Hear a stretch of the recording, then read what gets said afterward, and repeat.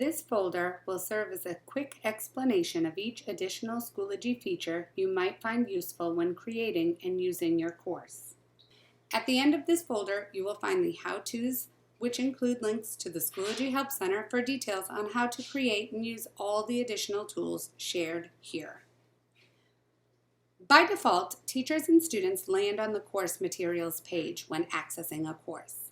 As you know, the materials page displays course folders and the materials for easy access to course content. Teachers may change the default landing page to the Updates area to focus students' attention to updates in the course. Posting updates in your course quickly communicates brief messages for your students. When updates are posted, they appear in the Updates section and on each individual homepage of all members in your course. When you create an update, you have the option to mark it as an announcement. Announcements are located at the top of your Updates page and also appear at the top of your Materials page until you remove it. In your course updates, you have the option to create a poll. Polls allow you to receive live feedback as members vote anonymously. This past spring, teachers used Schoology polls to help build classroom community, focusing questions on more social aspects, books, music, passing time. This is also a great way to follow up on topics discussed in class or Zoom sessions to see how students understood the materials. Schoology has its own messaging system, providing an easy way to message students. To message students, you can select the envelope icon found in the blue header. To search for a student, type either their first or last name. Schoology will not pull up recipients if you type in both the first and last name.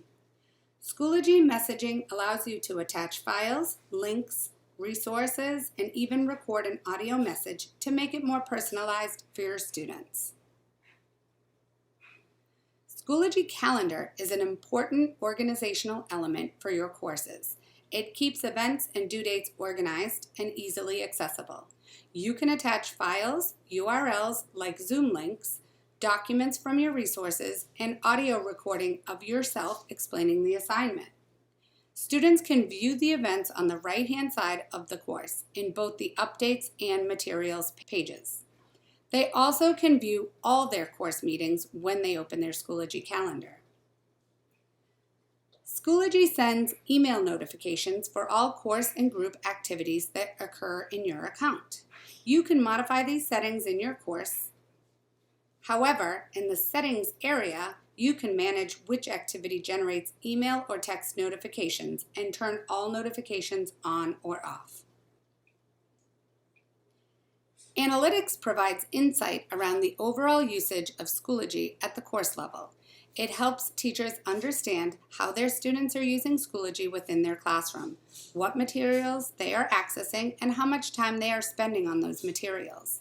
In this example, I can see the last time Margaret Kelleher accessed Schoology and this course. When I click on her name, I see more detailed information on when she accessed and submitted specific work. I can use the drop-down menu in the top left to access assignments, discussion boards, tests, quizzes, and assessments. Be aware that this does not collect data from when a student accesses a course or course materials from the cell phone or mobile app. Workload planning helps teachers determine student workload in Schoology. It may be useful when scheduling tests and projects, planning lessons, and understanding how much time your students have to work on something you plan to assign. This slide shows you how the tool aggregates assignments and other materials across your students' courses and displays the number of assignments due on a given day. Schoology will also color code days so you can quickly see which days your students may have the heaviest workload. In the Additional Features course folder, you will find a table that provides links to Schoology support and guides to help you apply these features in your own course. Section roles and advisor roles can help eliminate you spending time sharing what students are doing with other teachers. This is particularly useful for special ed teachers, aides, ELL, student teachers, interns, or other support staff you have working with your students. Section roles allow you to grant specific permissions as a course admin to another teacher, whereas the advisor or advisee tool allows faculty members with advisor access the ability to monitor their advisees' enrollments, grades, assignments, etc. Oftentimes, teachers give admin access to multiple teachers for a course when they really only need advisor access for a student or a group of students. If a teacher needs access to everything in your course, all the students, all the materials, all the grades, then they should have the admin section role. Please note that giving admin access to multiple staff members opens up your course to accidental changes. For example, even with the view-only access, an admin in your course can accidentally delete your entire course. If a teacher works with one student or a small group of students and they need to see that student's workload, for example, they need to see all of the courses that they are enrolled in, then the teacher should have advisor access.